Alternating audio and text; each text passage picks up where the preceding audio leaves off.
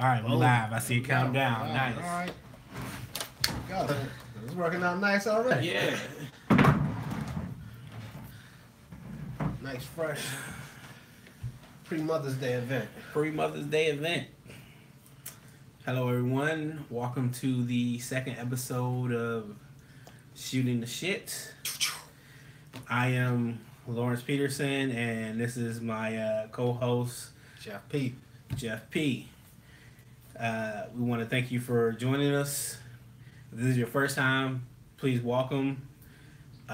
Feel free to share any videos that you like. Hopefully, you guys will enjoy this thing. Also, let me give a brief disclaimer. We're just two guys talking. We are not in the business of trying to offend anybody. This is just our thoughts. We are not against any religion, race, creed, whatever. So I just want to put that out there. I don't want you to think we got some kind of hidden agenda or anything like that. Okay? Anything you want to add? If you like it, thumbs up. If you like you said, if it offends you, go ahead, thumbs down and say something why.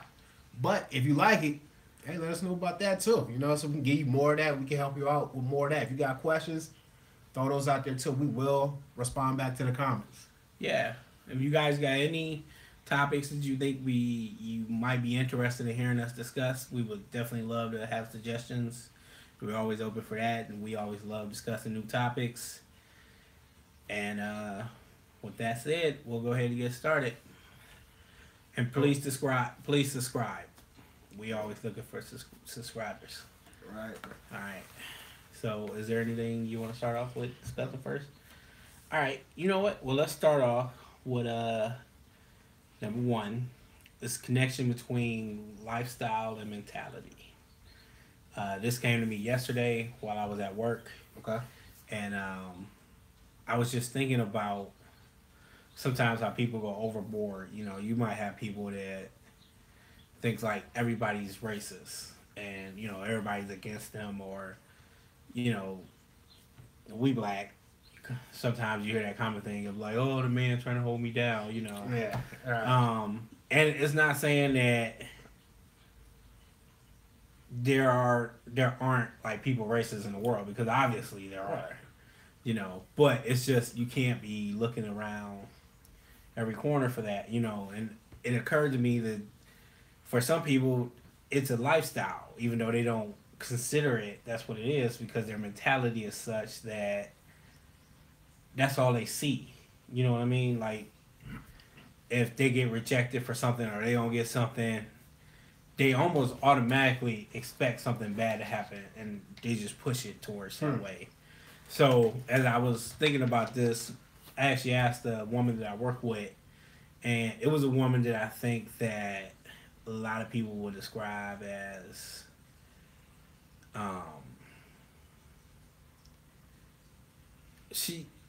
she's very negative. You know what I'm saying? Like, it don't matter what it is. It's like, oh, we have to have a meeting, or we got to talk about this, we got to do that. Always a negative attitude. Before you even get into what we came to discuss, always snapping the neck. Oh, what's this bullshit? You know what I'm saying? So you already know what it's gonna be. And I would ask her, and I was like, you know, you think this kind of thing is like a lifestyle? And she was saying, yeah. She was saying, absolutely. And I found that interesting, because I'm like, you are a person that people would obviously say this applies to. And if I'm asking you in a logical fashion, you agree with it. But that's only you're not applying it to you. If you apply it to you, then you'd be like, oh no, that's obviously not true. So I don't know, what are your takes on stuff like that? You know, your lifestyle and your mentality, the link between the two. Look, as we was talking about before we even got on camera, and this is why we had to stop, right? Because it was like, man, there's some good points there. I think of three things. I think, one, if you're looking for your conspirator, right, that person that's plotting on the man or the boss or that circle of people at your work office that don't want to see you get promoted or see you shine or whatever, right? Whoever that is for that person, why are you looking for your conspirators instead of pursuing what you're trying to chase after, right? That's one first thing I think of. Like you said about the lifestyle. As soon as you was talking about it, I was thinking, That's the opposite of a positive mental attitude, right? Immediately, I was like, well, the person, but those habits, patterns, and routines, right? When you're talking about the couch potato or the drifter, right? The person that comes home and they binge out on the Netflix, Hulu, or whatever it is, and smash on the potato chips or whatever. And man, I want to get out of this funk, or I want to start this or that. That is part of the reason why. But what is that mentality change? It's hard to put that bag down, put the remote control down, and change and want to go for a walk or want to spend time with your significant, whatever it is that you want to do, because we all got different aspirations, right? Right. So how do someone make that change to differ between that lifestyle and that mentality? Well, first off, you got to realize, I think that everybody has some type of lifestyle, which means you have that mentality.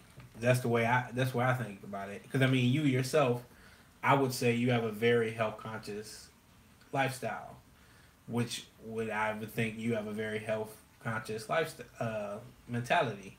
I mean, I've seen you. You won't eat certain things. You're very conscious about what you do eat, what you do put in your body.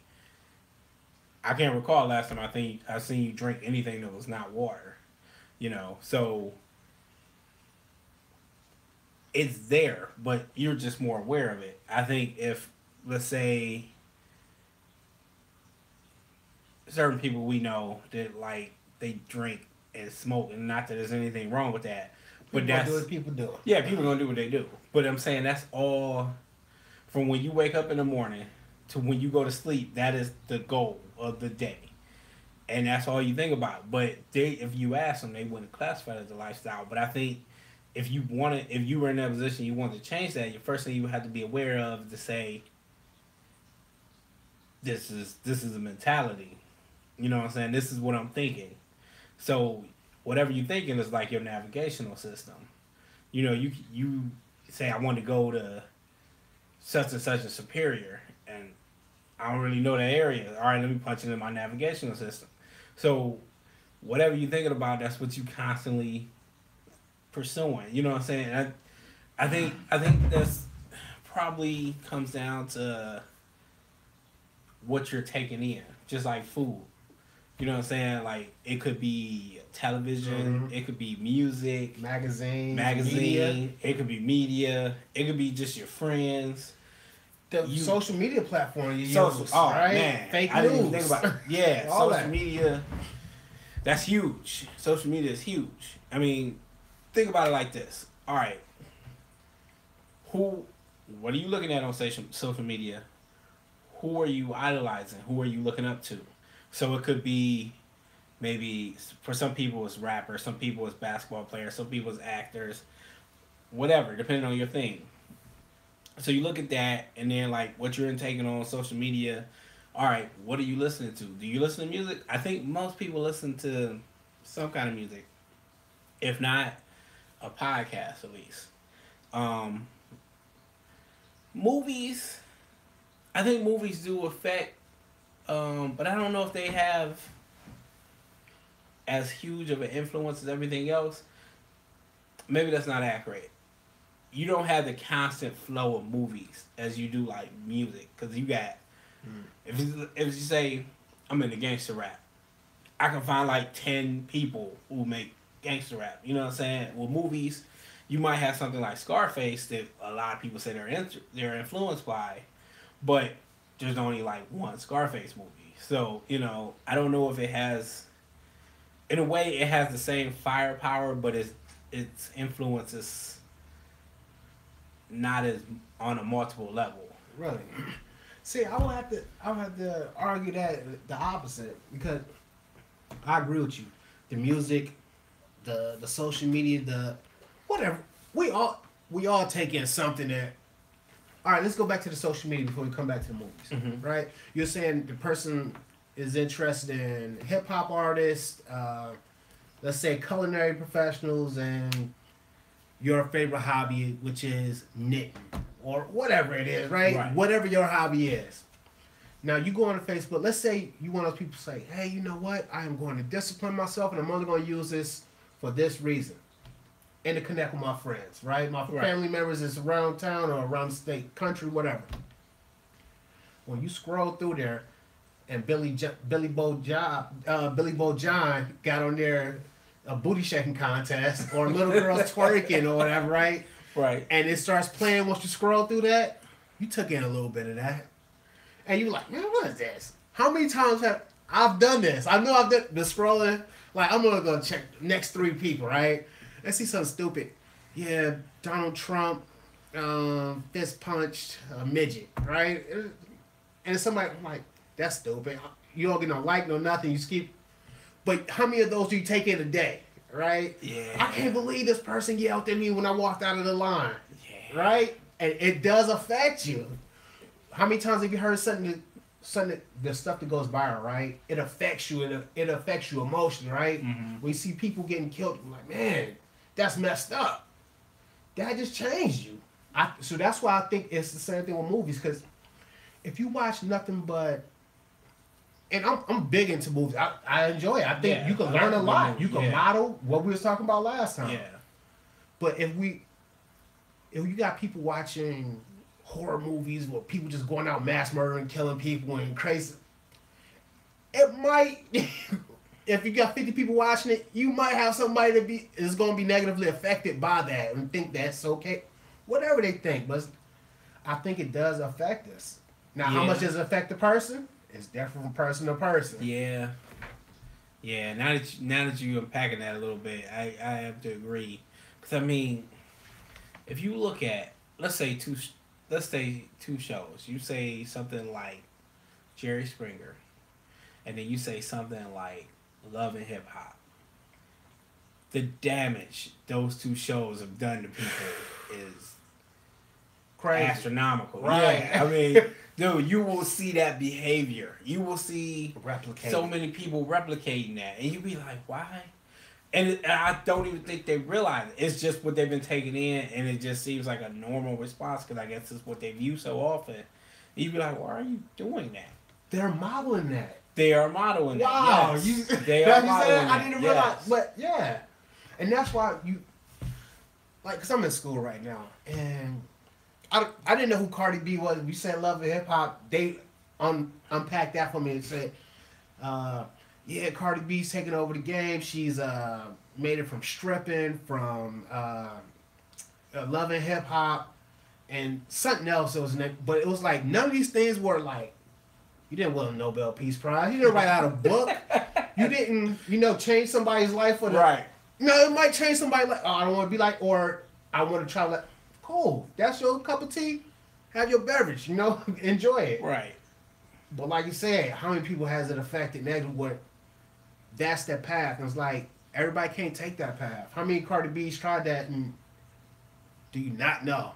I only know Cardi B because they say other than that, you wouldn't be on my radar. Yeah, I have to agree with you on that. I mean, I can't fault her in the sense that if she started off as a stripper and she went to love it, but like obviously that was her path. That was her path. You know what I mean? Nothing wrong with that. She makes music. I'm not a fan, but a lot of people like her. But financially, I'm sure she's in a much better position. Right. All right. So there's that. But there's another side to that because I remember I've heard a few different artists, rappers, singers, or whatever.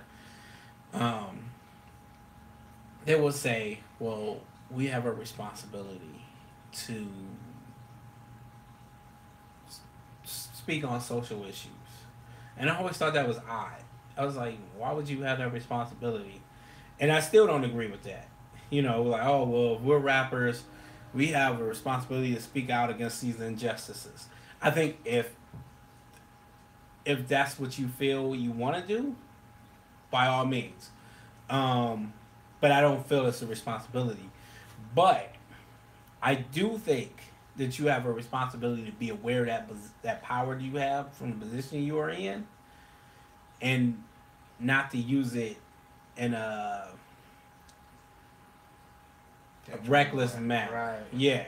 And the reason I bring that up is because I don't know if you've seen recently Kanye West and the whole slavery was a choice. Did you hear about that? Okay. Yeah. 'Cause you didn't start smiling when I said it. As soon as I said his name, I was like, yeah, you don't know what I'm talking about. Okay. I didn't see it myself. I saw like a little clip. I didn't see the full interview. But he was giving an interview for, I think, TMZ. And he was speaking about why he likes Trump. All right. And he's covering different subjects, whatever. And on one part, he says 400 years, that sounded like that was a choice. And I was thinking to myself, like, dude, that is the most ignorant statement I think I've ever heard somebody publicly state. Right. You know, and that's when I realized, like, okay. It's up there. Yeah, it's up there. It's up there. But that's when I realized, like, no, you do not have a responsibility to speak on social issues, but you do have a responsibility to be aware that you are in a position of power and you do not ignorantly do something. You know what I'm saying? You put a statement out there like that, you don't know what kind of damage you could do. You know what I'm saying? You might hear people like, yeah, see, not even the black guy says slavery was a choice. Now, I don't see what anything was wrong with it. You know what I'm saying? Like, you don't know. And it's just, it's just, you have to be aware of what you're saying. And that's just a little bit of a tangent, but since we kind of went in that direction, I wanted to put that out there. But, yeah, you have to be aware. You have to be aware of what you're taking in. You have to be aware of what's influencing you. Right. Basically, it's like a diet. Like, people be like, oh, it's you a on a mental diet? diet. It's a mental diet. That's what it is. And we all on one. And we all on one. Right. Yes. You can eat junk food or not. That is the point. We are all on one. Whether you are aware of it or whether you acknowledge it, we are all on one. So, if you wish to live off a mental diet of, say, junk food, which is stuff like Love and Hip Hop, Maury, like these things is maybe a small pleasure. I don't think there's anything wrong with that. But if that's your whole general diet, yourself. Exactly. Yeah, you eat ice cream for breakfast, lunch, and dinner. Yes. And it changes you. But you have it every once in a while. Right. Who doesn't like a little ice cream? Right. Like, ice cream's delicious. But you're not going to have that for breakfast, lunch, and dinner. Right. You're not. And if you did, it wouldn't be good. It would show. Yes. Right, yeah. It would not. Yes. No, it would show. But you're right. It wouldn't be good. Overall health. It would catch up to you, right? Quickly. I'm sure quickly. But you're right. Though, when you see that mental diet, when they indulge themselves in the, just like with you malnourishing yourself mentally, right? It shows in the way you talk, the conversations that you hold, where you going, what you're doing in life. Are you drifting? Are you not drifting? Yeah. And I mean, you're right. I mean, you touched on a huge subject. There's a lot to talk about. Yeah, it's a lot to talk about. I mean, it's so vast. You can kind of go at little things. And I'm sure there's like some social scientist somewhere that's like, yeah, I've covered all this in a book. I don't know what these guys are reiterating little spots of it. But yes, I just think that's something to definitely be aware of. And I'm not saying there's anything wrong with watching the different things or whatever, but I'm just saying you want to keep that in mind. Moderation in all things. Yes. Right? And that where I think that you get that mentality which leads you to having that lifestyle. And you might not realize that lifestyle. And sometimes you may not realize that lifestyle until it's too late. Let's say you had a person, they got into a gang situation or they were a career criminal or whatever. All that, I think, started from the same kind of thing. Now, I'm sure if you went to jail, there were plenty of guys in jail who were like, man, I wish I just listened when somebody tried to tell me. Or they realize themselves like, dang, I really shouldn't have did. You know what I'm saying? But it's a lot of times too late for them. You know, so once you said, it made me think, and I'm pretty sure it's not everybody that's inside jail. It is, I mean, this is for people in jail, not in jail, whatever, right? Environment. Birds of a feather, right? I mean, when you go around your group, if me and you watch Love and Hip Hop, did you see the last episode? Right? I'm pretty sure that fans do that, and just like we talk about these type of things, other people will be off put by these ideas, these subjects, and these topics. Yeah. And but you're gonna group and congregate with people like you. So once again, not only the stuff that you watch and you intake in your mental diet, but you sustain yourself off of the people that you're around. But that's another thing you wanted to talk about as well today, right? Yeah, the importance of your circle of friends, which I'm hoping you can speak a little more on because my circle is very small. So like, and it's always been small. Like I've never been a guy that's had a lot of friends. So, what kind of effect do you think your friends have had on you? I think because I've had the run of the both sides of the spectrum of friends. I had good friends those good mentors, those people like, oh man, they really doing something. I want to be like, I want to model that, or right. you know, and they just happen to talk with you. Then I had good friends who we have some camaraderie or build, but we might be doing destructive stuff, you know, like spending money reckless, freaking whatever, drinking, whatever, right? It was like, is that so much of a bad thing? So much of a good thing? It's just based on a person, right? So, what do I think of? Jim Rohn had this saying, you'll be the same person you are 5 years from now, except for the books you read, the things you do, and the people you know. I firmly believe that, right? The books you read, the mental diet, right? The things you do, your environment, what you're around, where you're going, what are you striving for, and the people you surround yourself with. If I'm around all those people that are just drinking, want to run out and stay out all night, I've done that, yeah, but it didn't give me, it's not in congruence or alliance with where I'm going now, right? Mm-hmm.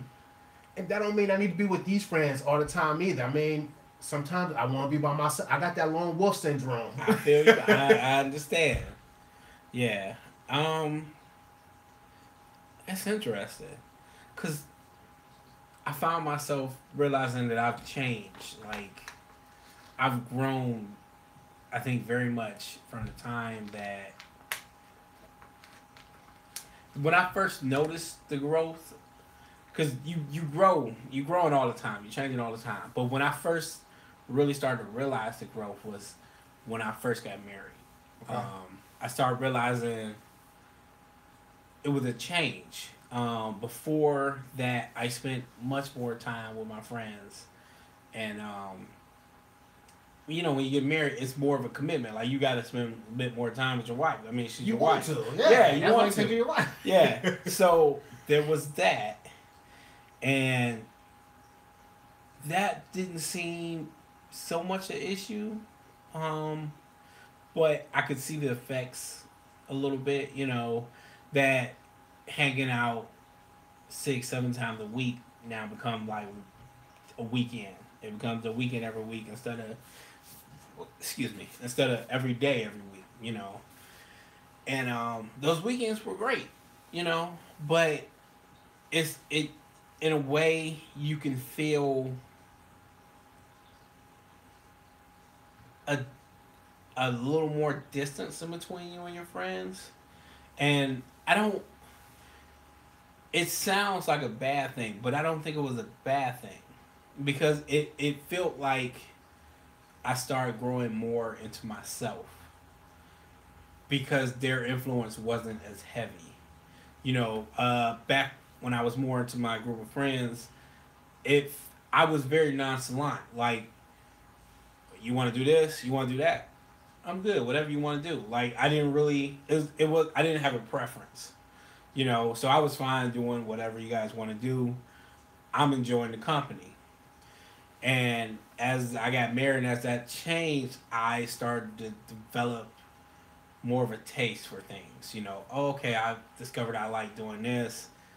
This, I still, you know, it's okay doing, but if I got to choose between the two, I still prefer option A. Yeah, right. Preferences, yes. So I discovered that, you know, and that's when I started noticing growth. I'm like, oh, okay, this is interesting. Of just things are changing, you know. and it's changing my relationship with my friends. We're still all close. We're still friends, but it feels more like everybody's standing alone as individual pillars, as then rather than before it felt like a group. It felt like everybody was running together, and it would be determined what we're gonna do by random choice or whatever. But everybody ran together. Now I feel more like everybody's developing their individual worlds. So that's when I first started to notice it. But then I noticed once I moved from my old place of residence to here, I could see even more drastic change. And I was trying to figure out, I'm like, so is that nature or nurture? Was it growth because things changed? Or was it growth because I'm interacting with new people in a new place? And I think it's a little bit of both.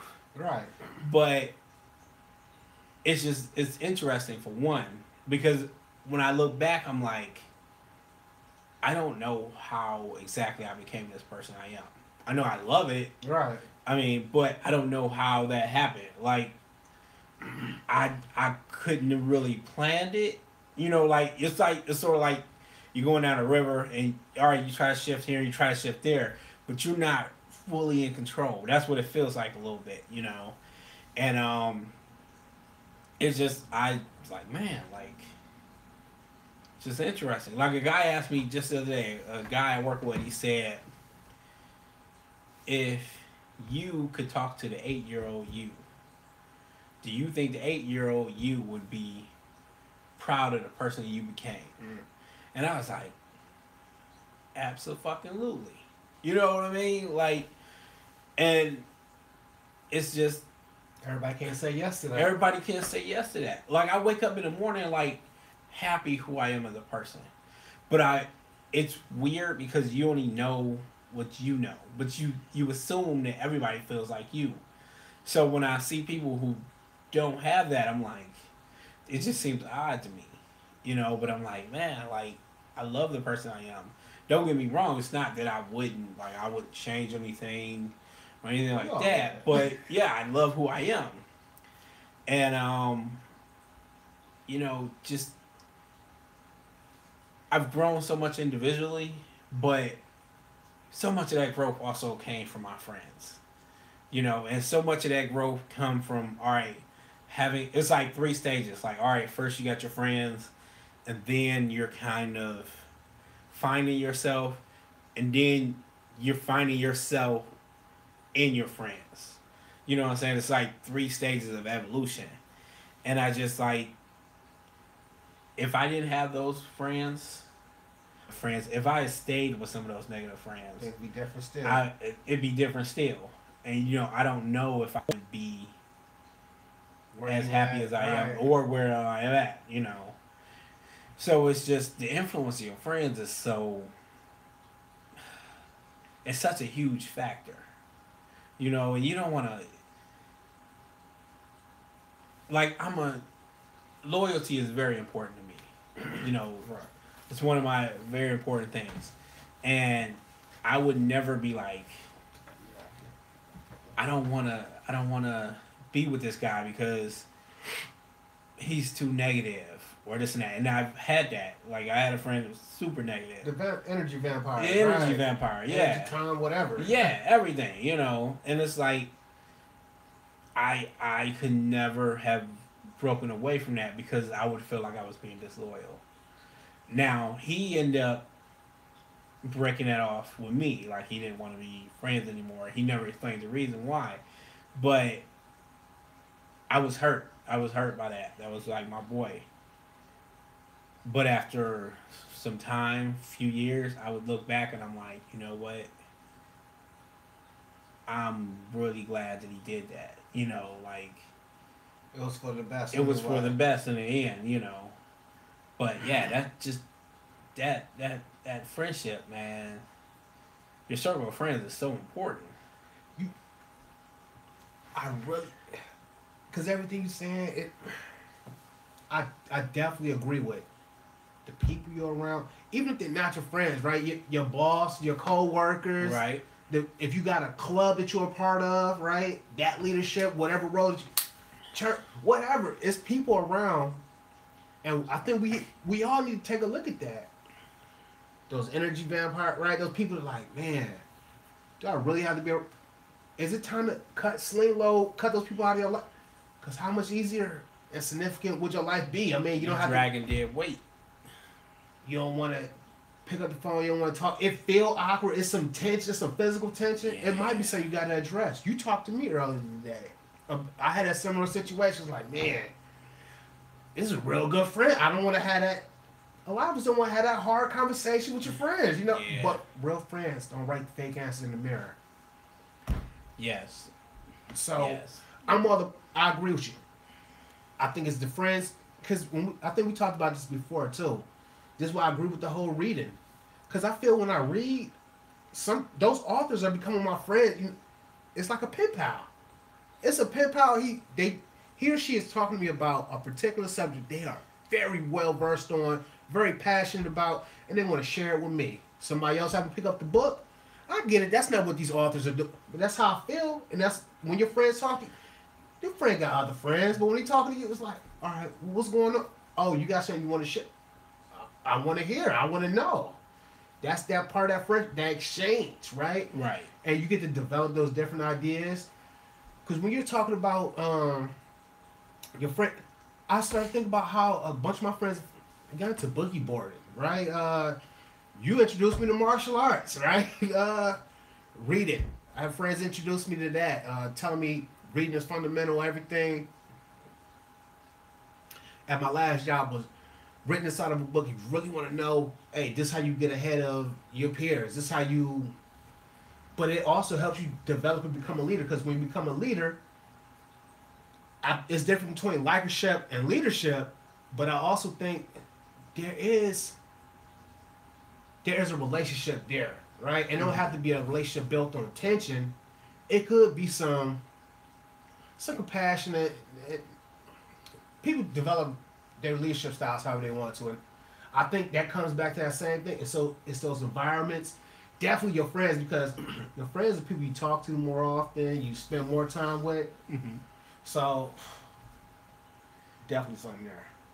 I guess if you think about it, relating to what we were talking about before, your friends are a strong part of your mental diet, because in a sense they are feeding you what they're eating, you know. And that's is gonna carry on a lot of times. You know, if it's something small, it might not. But how many times you get pulled into a situation because of a friend? How many times? I don't want to speak for you. I've had to fight because of a situation my friend was in, and then I told him, like, look, knock it off. Mm-hmm. Don't let it get out of hand. And it get out of hand, one thing and one thing to another, right? And it's like, that's my boy. I can't let him get right. Yeah. So it's like, now I'm put in this situation, and I ain't really got nothing to do with it, you know. So yeah, friends, man. But it's definitely a good side to it, because like you said, when you're talking about the preferences that you start developing with your wife, and then you come back and meet with your friends, it's not that you don't like that. Like, you gained a little more self-awareness about, you know what? I like cake, but you know what? Chocolate cake is not as good as German chocolate cake, you know, or whatever your thing is. Right. It's like, But they might like strawberry cake. There's nothing wrong with that. It's about, we all know what we like, and that's what's really important. I mean, you gotta... That's very important. That, man, you into, man, self-awareness. Self-awareness is so key, and it's not something that I think anybody's really taught. You know what I mean? Unless, like, maybe you got, like, a psychology course or something. It's not really something that's taught. It's not something that's common, but it's something that's very important, you know. And I think it's starting to come out a little more now. You see people starting to meditate a bit more. Like, it's more concerning with, all right, how are you on the inside, you know? Like, you meditate, Boogie? I do not meditate. Okay. I was thinking about meditation yesterday. And, all right, so let me ask you, since you brought it up. Is the point of meditation to totally clear your mind? It's different for different people. Okay. My personal preference is to do it to get that sustained awareness or sustained focus, right? Mm-hmm. Because we're talking about. Let's go back to that mental diet thing. You scrolling through your Facebook. You're only gonna go through 5 more posts, right? You gotta get back to doing your home assignment. Get back to work. Go take care of the kid. Whatever. It's something you gotta go do, right? Instead of going 7, 8, 9, 10, right? That 5. It could also be that sustained awareness of focus. It helps you stop from drifting, and it like you said, it does teach you more about yourself because that mind beats you up. Like this is one exercise where you count the breaths, right? You sitting there meditating and you breathing in through your nose. You count the exhales, right? But you try not to be worried about the count. You thinking, hey, is that number 2 or number 3? Oh, you know what? I got the laundry today. But you're supposed to be thinking about inhale, exhale, but that's everywhere. When you talking to your wife, and oh man, did I get the clothes out the dryer yet or something? And that's how I look at it. I look at it for those small little things. Okay. If I get it there, I can get it everywhere. Okay, all right. So originally, what I thought meditation was focus on your inner self, and I was like, oh, well, I do that all the time. So I don't really need to meditate. Maybe people don't know how to do that, and that's why they meditate. So then when I started hearing more about it, it sounded very much like, okay, you try to clear your mind and think of nothing. All right. And I was like, yeah, I'm not interested in that. I think life can be overwhelming. And I think a lot of people have a lot of stress. I've been fortunate I don't really have a lot of stress. So I can understand why you would need to do that. Like if you have a stressful life and you're just like, nothing bothers me. I'm just in nothing right now, and I'll go back to life later. But right now, I'm just, I'm lost. I'm in the zone. I'm in nebulous. Like I'm just in the empty zone. You know what I mean? So I can understand like clearing your mind, and none of the pressures of life apply right now at this second, and I'm mentally recharging my batteries. I'm like, okay, I can get that, and that's why some people meditate. But I'm not interested in that. Right. What I found is my mind does not stop. Right.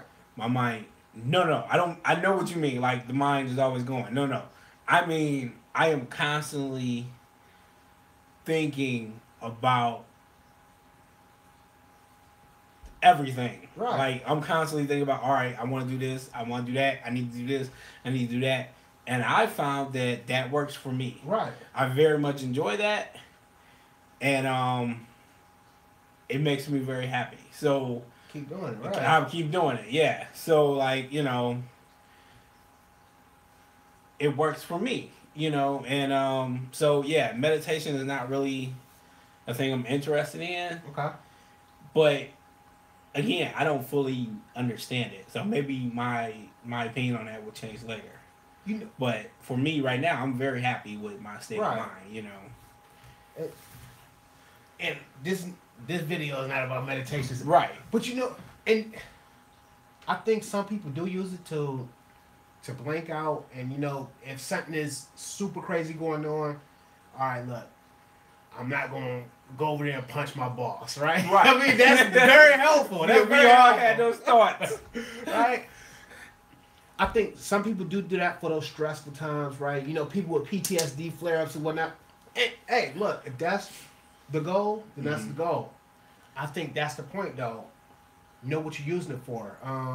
Whereas I said, I'm trying to use it for the sustained awareness to be able to. When I'm working on a project, I like to be focused and committed all in, right? If I'm working out, I like to be focused on the workout. I don't want to be thinking about, man, when I get out of here, I gotta go grocery shopping. What am I gonna eat for dinner? I get that. But I'm like you. My mind is always going, and that's why I meditate, because it is going so much. They call it monkey mind, right? It's like a monkey going from branch to branch throughout the jungle. Yeah. Sometimes the brain just I can't control it all the time, but I want to wait on this branch for a second. You know what I'm Okay. saying? And that's what I'm trying.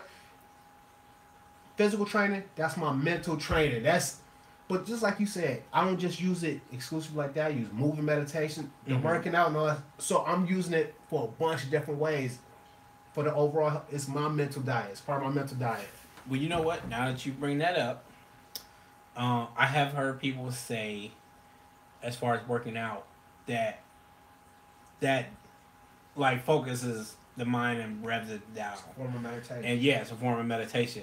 So that could also be used in that fashion. But now that you're mentioning and explaining that, I realize I also have a way that I do that. I never realized that's what it was. When I paint, Everything's gonna stop. yeah, everything stops. Like I'm not even, time is gone. You know what I mean? Like I'm not aware of anything. No more that Newtonian time is Einstein Right. time. Yeah. Right. Yeah. So I'm super focused on what I'm doing, and I'm so focused that nothing else matters. So maybe that is my way of like, dealing with that. I hadn't considered that, And you speak about the monkey mind thing, and it's interesting because when I think of mine, I think of it like the Flash. Like there's a guy running. And like you say, you can go down different tracks, and it's like, okay, I'm running, I'm over here, and I might, and then I come back over here, and it's interesting. Like, the reason I think of it like the Flash, because I feel like it's focused. Like I feel like, all right, yeah, it goes over here, but I can move it back wherever I want to, So it's just interesting. I think everybody doesn't have the same mindset, so it doesn't technically work the same for everybody. Right. And there's a bunch of different types of meditation. Yeah. Bunch. Yeah. So, and I think what you said, you got your painting, right? I'm not gonna lie. Sometimes sitting there, now it's okay, but at first it's like, man, I don't want to do this. I want to do, and that's why I had to find a bunch of different other ways of meditation. Cause I'm like, sometimes I get bored doing the same thing, but now it's just like, cause the self-awareness of thinking like, what do I want to get out of this? I'm not just waking up at 5 o'clock in the morning just to sit in the dark. No, like let me get something out of this thing. Right. But that wasn't none of what else are we gonna talk about today? Well, kind of related to that, in the first couple of things, and talk about self-awareness and stuff like that.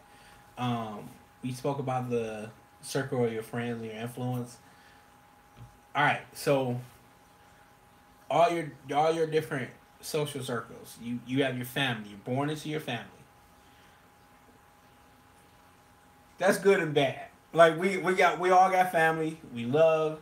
No, scratch that. We all, I think, for the most part, love our family. But we all have family that we like not as much as others, and then we just like, I don't like you. You my family. I don't never want to see nothing wrong with you, but I'm not a fan. I don't really mess with you on that level. Okay? So then above that, you have your friends. You can pick and choose your friends.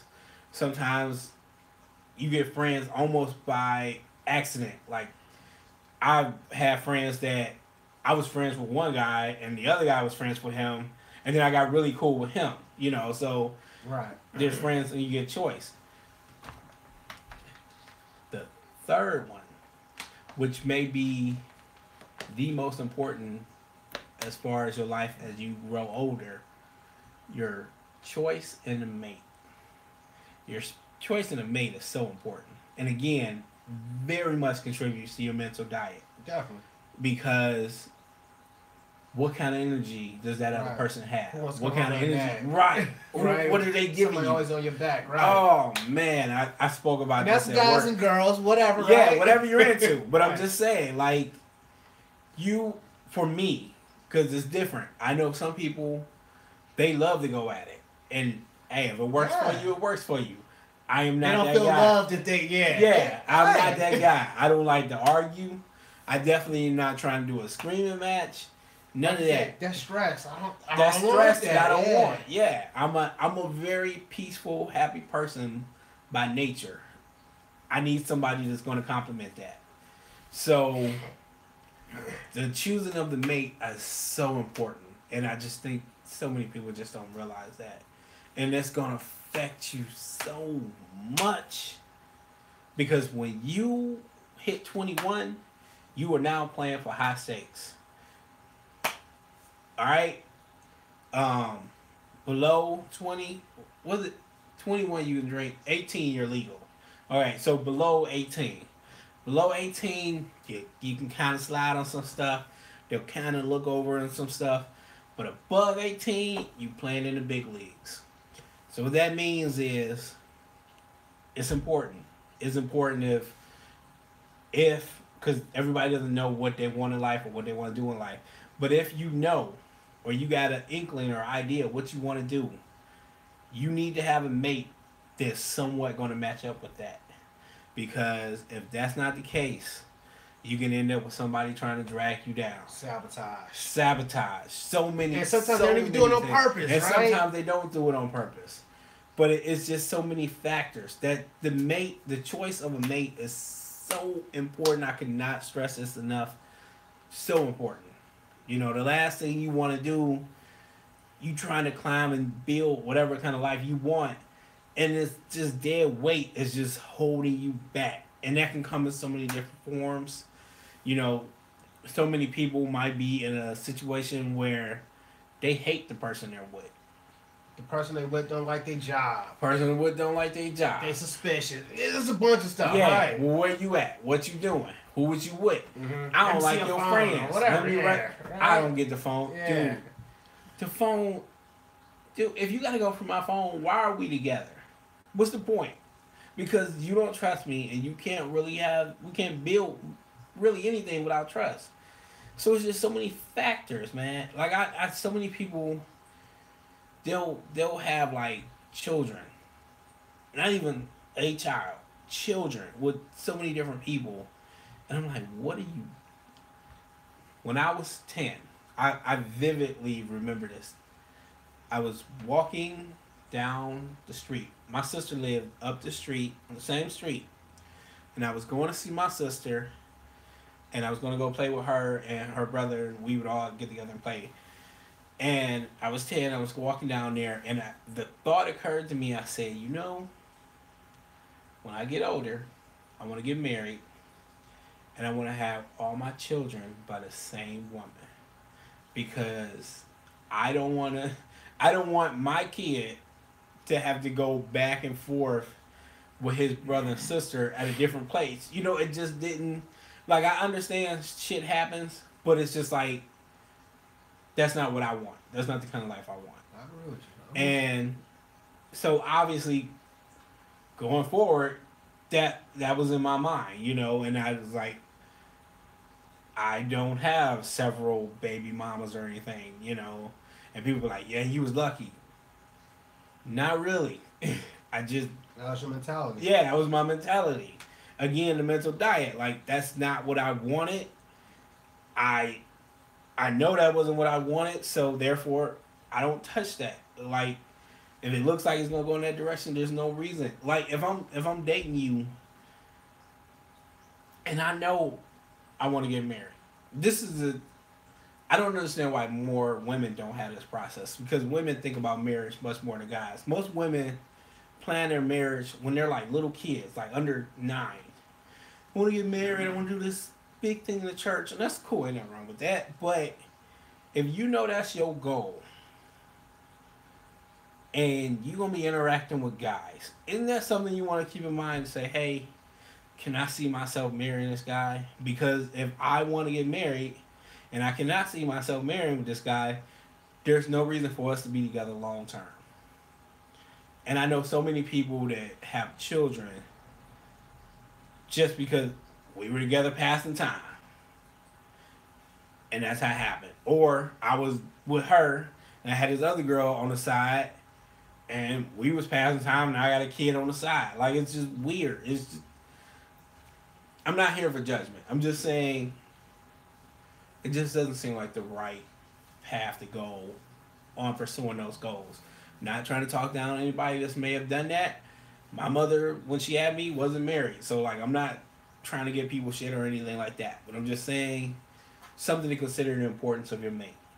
You also want to make to support you, because I mean, you and I can both attest when you got things that you want to do that are not the status quo. You're gonna need that support. You don't want somebody that's gonna be like, man, you wasting your time with that shit. You know what I mean? Like, and I'm not saying that that'll never be the case, but that's not what you want majority wise. I don't know. I just think the choosing of your mate is just so important. It's just so important. I mean, hell, that person's gonna be the other parent of your children. I don't know. And then you want to contribute on that? I mean, I see there's importance with the mate. I mean, I don't see it. I see the similarities and the differences of your friends. I mean, ideally, you pick your mate. I mean, I'm pretty sure there's still situations that happen in modern day times where betrothal or you get somebody don't want to have kids with a bunch of different people and they get married. It's different reasons why people get married. I mean, ideally, like you said, we would want to marry someone that we could build with, that's going to be on board and a team member as opposed to the opposition. Because right. I look at it like, I said that I'm sharing my bed with that person. So I'm sleeping. You can do whatever you want to that person while you sleep, right? Yeah. I mean, you showing... You are vulnerable. You expressing the ultimate vulnerability. You naked with this person. I mean, you sharing sensitive and personal things. I mean, so your mate, it's that mental diet. It's the people that you close. So even if it's not your mate, it's your boyfriend, your girlfriend, your significant, whatever. It's very important because they're feeding thoughts in your mind. If you're saying, you know what, I'm going to be a millionaire, he or she is always saying, but you don't got $10 yet, right? That might have an effect on you. That might have an effect on you. And it could be other things being said. So, do I feel it's important? Absolutely. Anybody in your life, I get it. It's hard to cut some people out of your life, but as selfish and narcissistic, as bad as this may sound, they should have a reason. I mean, are you just going to carry people around? I heard this crab story, right? You know, my boy, he was in Alaska, and he was they got off a cruise, and they were walking the pier. And it was a fisherman on the pier, he was fishing. And he was walking past, he had this 5-gallon paint bucket, and one of the crabs was trying to climb out of the barrel, right? And you know, he's from California, he's never seen that before, right? He was like, hey man, you better watch out when these crabs gonna get away. He said, nah, you're not from around here, right? I can tell, just watch what happens, right? No shit. He says, all of a sudden, he's sitting there, he's watching it. It's him, his wife, and his 2 children. Crabs start grabbing the legs, right? Another one tries to get out. Crabs just start bringing it down. It's just their nature. It's just that nature. So we hear the crabs in a bucket story. It's just like, but how many times does that happen? So if you want to be a millionaire, she's telling you, you don't have $10, we'll never make it to 100. We got to pay rent. These may be true things. And real friends are like fake answers in the mirror, but you need somebody on board and supporting you. I don't want you telling me, hey, if I'm blowing every dollar that I get, yeah, you might might be some merit to that. But if there's never any blowing air into your cell to propel you forward, something might need to change. So mate, friend, the people in your life, the co-workers, it all has an effect. They contribute to your mental diet. Yeah, man, now you put it like that. Like, I always heard the crab in the barrel, but I never really thought about it so much. Yeah, that's deep, man. It's simple, but when you really look at it, the practical application of it, it's across the board, right? Across the board, like Grant and Gary V, Will Smith, they'll all be like, hey. Man, if your friend's not trying to get your bag and they're not trying to help you along and they ain't doing nothing, pulling you down, you gotta let them go. And I always thought, like, man, like, I see what you're saying, but that's harsh because that's your friend. But it might be that's the it might be for you to go forward, you gotta let them go. It's like saying, so you can go forward and achieve your goals, or you can stay right here in this bucket, not achieve your goals, but you'll be with your friends. You know, and that's a tough decision. And you know what? I think some people will do that both consciously and subconsciously because they don't want you to leave. They don't want you to leave. One, if you achieve your goals, what does it say about that? What does it say about me? Because whenever I see you, I think about the goals that I didn't do. It creates that cognitive dissonance inside yourself. Damn, yes. he did it. How come I can't do it? And I've been thinking the same thing. Yes. And you not gonna take that lightly. So that's not my fault that you were successful, right? Yep. And it's gonna be some anger and hard feelings there. And I've been on the other end of that where some people show me some kind of like shade, and I'd be like, man, what's wrong with you? And rationally, to me, it doesn't make sense. But you're not gonna tell yourself, "Hey, I fucked up." For a lot of people, that's hard. For me, I take it as that's what it is. I gotta get my shit together. But for a lot of people, they're like, "No, fuck that." Like they don't. For some people, they can never be wrong. The concept of them being wrong is just foreign to them. But I'm like, I could always be wrong. Nobody's right all the time, you know. So, man, that's crazy that you say that, man. I'm reading this book, Black Box Thinking, right? Mm-hmm. Great book. Okay. And this guy, he brings up a lot of questions and a lot of things. The behavioral economists, like, I'm kind of on the fence with these guys. It's almost borderline fake news or fake information because when you ask so many questions and when you get someone to question everything, it can lead to that ambivalence, right? Like, right. It could be right, it could be wrong, right? The guy he was bringing up a good point. He was talking about how a lot of times when we make decisions, we can make decisions a couple different ways. We can make decisions based off the knowledge that we already have. If you're an illustrator, right? You are nice on the easel with the paint. You got that, right? Right. If I came in and was like, well, I think you should hold your brush like this, you might be like, whatever, right? Yeah. Now, if another famous person came in there, there was, hey, well, you gripping it too tight. Why don't you roll it a little bit in your hand a couple times and then go apply it back onto the easel, right? Mm. I can see why. Or, all right, that might be something you might want to try, right? But there's some people, you met these people, had the same amount of time as you, and it's that same person is far ahead than you, right? Right. They're not going to listen to it at all. And it was talking about sometimes we get stuck in our own ideas and and it's like, all right, that closed loop thinking is not accepting any more additional knowledge. A lot of times, people just want to prove that they're right. 2 + 2 = 4. How do we find that out? We got these 2 bottles. We add another 2 bottles. Let's count them out. Right. But if I say 2 + 2 = 8, and like, well, we only got these 2 bottles, but if we put another 2 more, it will be 8 total, right? Right. You might say, "Get the fuck out of here, man." Right? But that person is, the people like that, there's no change in their mind. It's 8. It's 8. It's 8. If I had 2 more, I'll show you. Yes. And that's not, he said it a whole lot more succinctly and nice. But I mean, we all know people like that. It's no getting out of their head. They're not listening to reason. There's some people that are, and it's sometimes people that talk to you and they do know more, but you might be in your zone or in your head or in your feelings at that moment, or fuck that. I did this shit. I'm not going back. Yeah. And we all been there. Dog. Yes. Because I've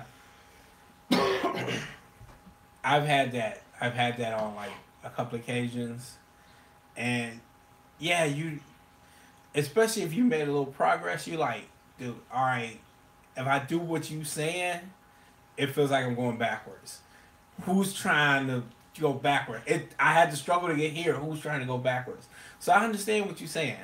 And yeah, I have to agree. I mean, we're all human and we all fault. You know what I mean? The only thing you can do is to realize, hey, that's an error. I'm gonna try not to be like that. You know, that's why I say like I try to like I think I'm right, but I'm open to being wrong because I might be wrong. And if I am wrong, then it's a win for me because I learned something. Like it's not a downfall. And that's what the guys talk about in this book. Exactly, and that's why I'm interested in it because you're right. Until you test it out, how do you know? They say throw the spaghetti on the wall and see what sticks, right? Right. Well, that's one way people check to see if the spaghetti is done. Is well, if it don't stick, it's not done, right? Right. But you done got some more data and deep information, so now you can act accordingly. But if it stick, all right, let's add the pasta and let's shock it and move on to the next step. What did they say? What did Edison say? It was like, well, you tried this so many times to create this light bulb, you can't do it. You know, whatever number he was on. Let's say he was on like 150, and he was like, no, I did not learn that I couldn't do it 150 times. I just learned 150 ways that it won't go. You can't do it that way. So you keep altering it till you find the right combination. You fell forward.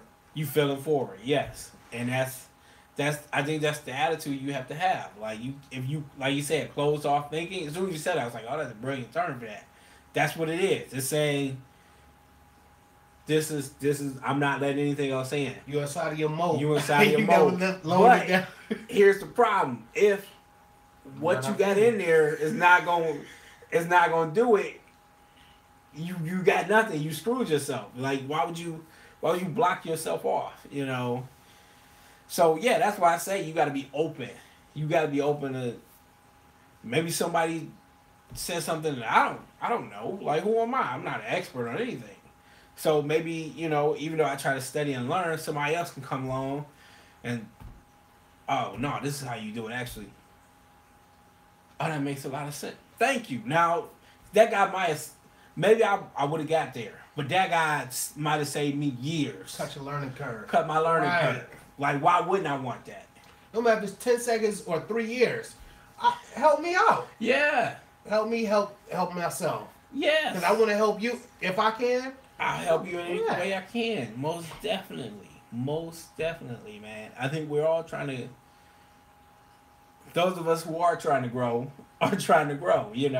That's not to go for everybody, but those who are, and that's what I'm trying to do. And if you can help me along my path, I greatly appreciate it, and I gladly pass it on to anybody else who's looking to grow upon their path. You're talking about, you talked about growing earlier, and this might be a little bit off topic, but that same, he brought up another idea, or he was talking about how they took like 500 experts, and they had them in their fields. They were quantum physicists, sports professionals, business professionals, and they told them all to make predictions about what's something that they would highly suggest is going to happen. Right? These are supposed to be experts in their field, the PhDs and leading people. Came back, it was like less than 10% actually ended up pulling off something that was correct. Okay. And this is what I got from that. We're talking about that closed loop versus that open loop thinking. What they notice is like the experts and the regular people, just slightly above amateur, they had that less than 10% too. So it was no difference. It's like, look, sometimes you're going to be right, sometimes you're going to be wrong. But that failing forward, like you were saying, like Edison, most people would have quit. Most people would have quit. Napoleon Hill said that, right? In I Win the Devil. Look, it's not that many Edisons. Most people going to quit after the second or third time failing. That's true. It happens to me. It'll happen to me. It'll happen more than once. And yet we sit in a room with like 6 light bulbs. Dog, imagine if he didn't. We'd be sitting here with like trying to make fire. Like what the fuck? So yes, you cannot underestimate the value of that, man. And that's from having a strong mentality, man. Because, dude, you gotta think like, what's the self-doubt on that? Now, and that's the self-doubt on you. if you had like we was talking about that other person, if Edison's friends was like, yeah, no, don't do that, man. You embarrassing Knock it yourself. off, bro. What Right. if his wife was like, man, I'm tired of this, man. Every time I come down here, you doing this, and this light bulb is not working, man. Just stop. He might have been like, you know what? Everybody telling me to stop. Fuck it. Maybe I'm wrong. Somebody did before he came. And we don't know who they are. Yeah. That. Yeah. Yeah. That really remind. And this, because I know you got some more stuff you want to talk about. Yeah, no rush. It's. So you got an Apple computer, right? I do. You know who the founders were? The two Steve main guys, Wozniak and Steve Jobs. right? Well, apparently there was a third guy, right? Roger Wayne or Ronald Wayne, right? Don't know him. Exactly, right? And here's what happened. Ronald Wayne, in the early stages, he just didn't think it was going to work out. No. He said, nah, man, it's No. not going to work. It's too much. No. You know what he sold the stock for? His 1/3 of the ownership for $800. Oh. $800. Do you know who Roger Wayne is or Ronald Wayne? Sounds like a bad villain, right? Let me ask you a question. You might not know the answer to this question. Is he still alive? He is. Do you know how he gets by? How does he get by? He's selling notes from his old notebook in order to make mortgage payments. Fuck. Right?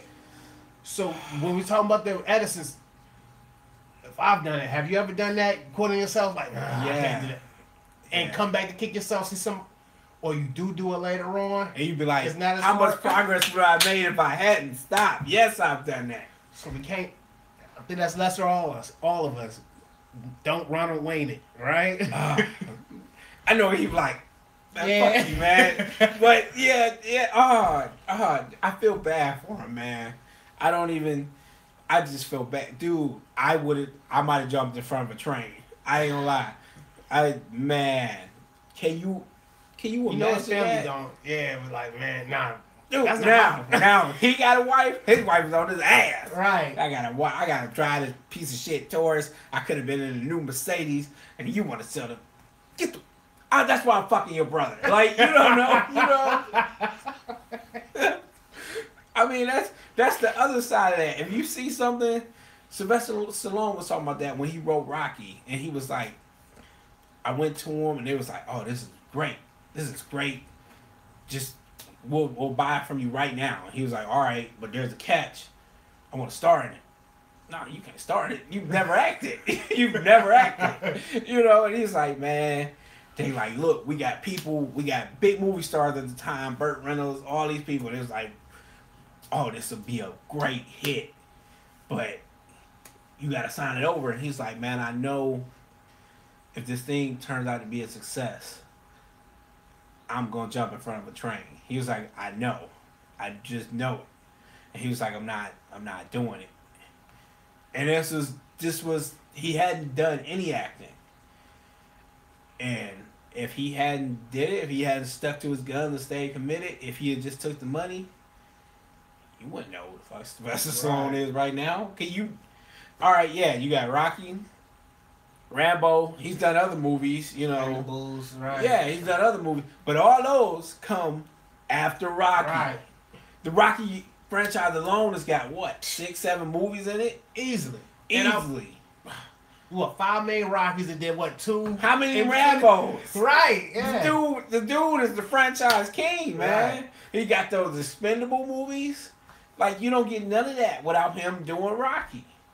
But if he just said, you know what, I ain't got the faith, fuck it, I'm just gonna do it. You know what I'm saying? I'm just gonna take the money because he said he was broke as shit at the time. And people was in there. Just take the money, man. Just take the money, dude. How tempting is that? I'm living in a shitty 1-room apartment. It's so shitty. I can sit on my bed and touch the wall and close the door. Like he said, yeah, just sell his dog. Right. He loved that dog. Right.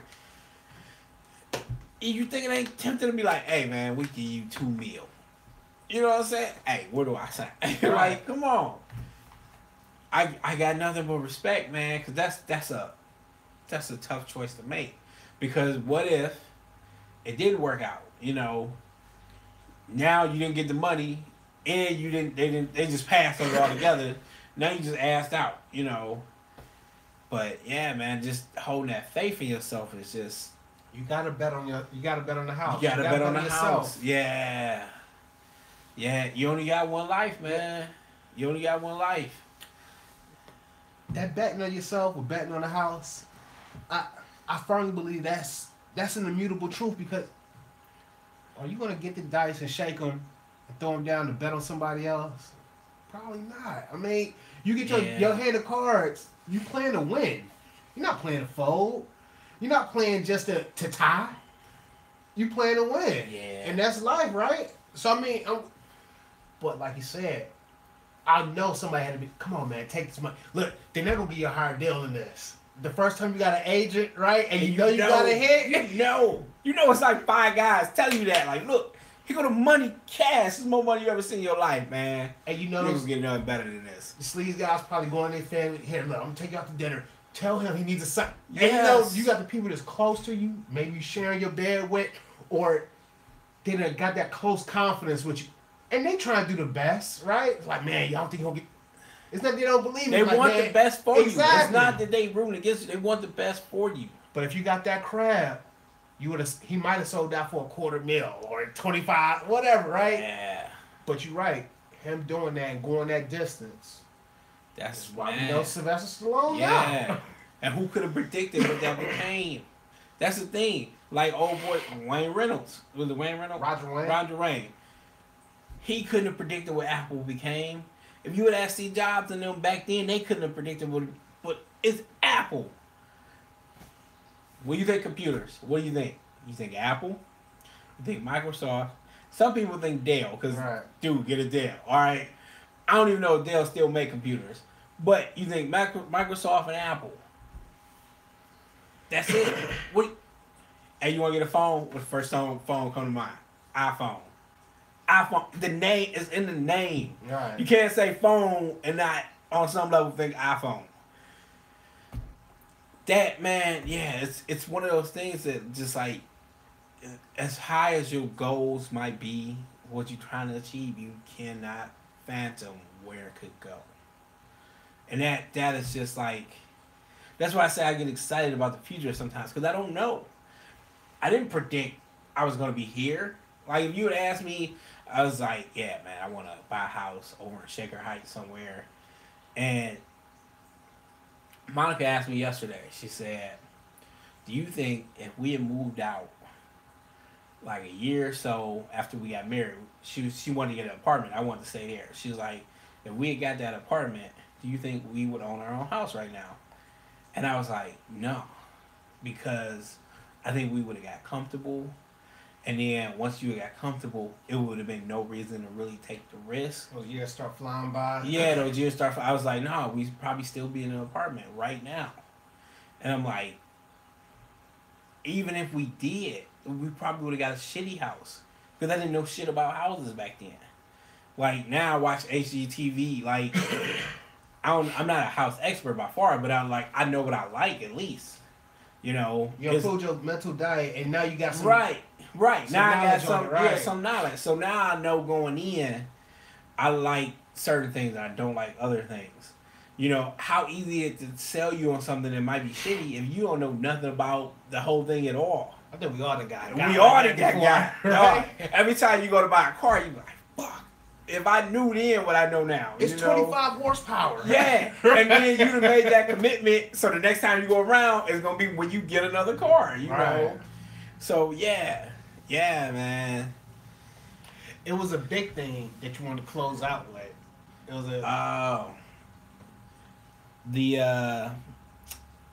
well, there's actually 2 more. Okay. So, one's the Mother's Day thing, and one's the Man of Society thing. Which one you want to go to next? Let's do the Man of Society first. All right. The pressure of being a man in modern society. And I suspect this pressure has always been there. I don't think it's due to modern society. I suspect this pressure has always been there, probably going back to caveman. And it might have been worse then because it was live or die. Right. You know what I'm saying? So, but I think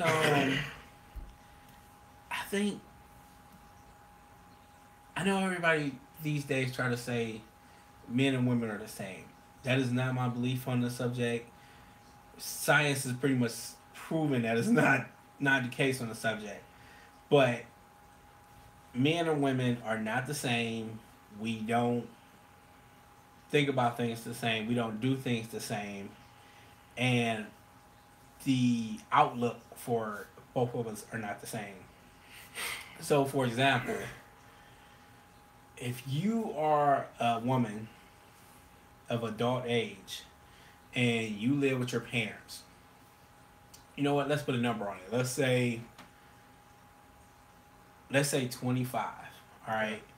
So by 25 as a guy, you expected to kind of be in your own spot or getting that way if you're not already that way.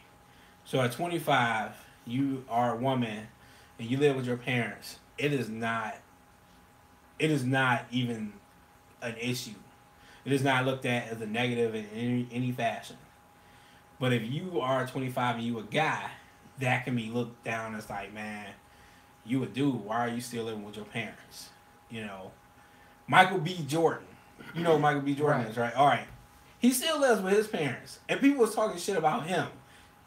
This dude is Michael B. Jordan. He's a good actor. He has a great acting career, right. And I'm sure he's probably a millionaire by now. Right. Like, and you giving him shit because he lives with his parents. And he's like, dude, I'm never there. Like, why would I just go and buy another place? And they're just like, because you're a man. You cannot live with your parents. But I'm sure Michael B. Jordan's sister is at home and nobody has said a word to her, you know. So it's just like, I think the pressures are different. You are expected as a man to provide and to make things happen. And everybody looks to you for that. And if that's not the case, then everybody's looking at you in a negative fashion because of that. You know, and I don't think those pressures are put on a woman. And I'm not saying that that's necessarily bad or good. I'm just saying that's your observation. That's my observation. And I'm just saying that's something, that's just something we got to deal with. You know, have you experienced similar things or similar thoughts? You know, I kind of see it both ways. Mm-hmm. I know that if I was to live with my mom, there would be something to say. You know, whether it's with my old lady, my children, right? The other people that reside in my mother's house, right? Right. The friends that I surround myself with, who knows, right? It definitely wouldn't be like, okay, that's cool. For some people, sure. I got some friends who be like, hey, look, everybody falls on hard times. You know, maybe that's the reason. However, on the other side, I know that there are definitely women who stay in their house with their parents for years until they get married and move out, right? And for some families, that's okay. They do that with their sons. Now, if you downstairs and you playing Nintendo Wii or Xbox or whatever all day, and you live with your parents, will I pass judgment? Like, should you be doing something else? I'll have that conversation with you, you know? Yeah. But there's some people, look, I wish I could do that. I'm pretty sure some people that would love to change places.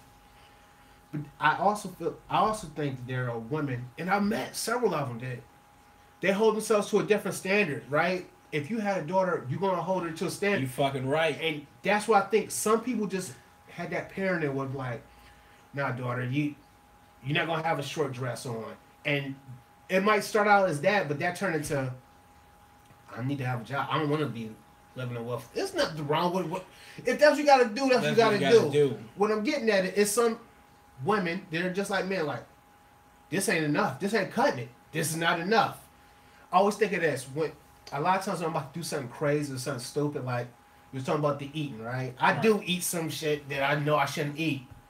And a lot of times when I think about Rocky, It was a scene in one of the later Rockies. I think this once he came back out of he was fighting when he was older, right? I bet you I know the scene. There is no tomorrow. Nah. Okay. You're better than that, Rock. You're better than that. Okay, yeah. And I hear that. You're better than that, Jeff. You're better than that, right? And it's like, ugh. Hey, put this shit down. Yeah. There's some people, there's male and females that feel like that when they do the wrong thing, right? It don't work out the way they want it to go. They could have did, look, you're better than that, such and such, or whatever you say, right? Maybe it's another movie or another idea, but it's and there's some people that's like that. But is that everybody? No, not at all. You know, it's interesting though that you're better than that. That voice, like, that's that part of you saying, it's like the alarm, like, hey man, hey, you don't want to do that. Now, what's interesting is, at that point, you got two different voices. All right, it's you in the middle, but there's that part of you saying, hey, you don't want to do that. But there's that part of you this shit good. This shit good. Yeah. No, fuck what he talking about. Like, it's like the cartoon, the angel and the devil. Yeah, man. Look, man, fuck what he talking about. You can go eat this time, and maybe next time you don't do it. But the interesting thing is, when you got that and you making that decision, whichever one you choose gets stronger. Mm-hmm. All right, so. If you choose the one on the right, all right, it gets a little bit stronger. And it ain't saying you won't hear this voice. But each time you choose it, it's a little bit stronger. Now, if you keep choosing that one, it'll get to the point where you won't really hear this voice, you know. He's still going to be there. Yeah. Yeah, it might be like a slight thought or something, but you'll be like, nah. Because it's sort of like saying, yeah, I could, but nah. You know what I'm saying? It's that you build that discipline. You know, but... on the reverse, there are some people's voices be like, man, fuck that shit. Go ahead. Like, why would you want to work hard? We don't work hard to do that shit. Don't we're just gonna give you money. Fuck that. You know what I'm saying? Right. Why you want to wear a condom? Fuck all that shit.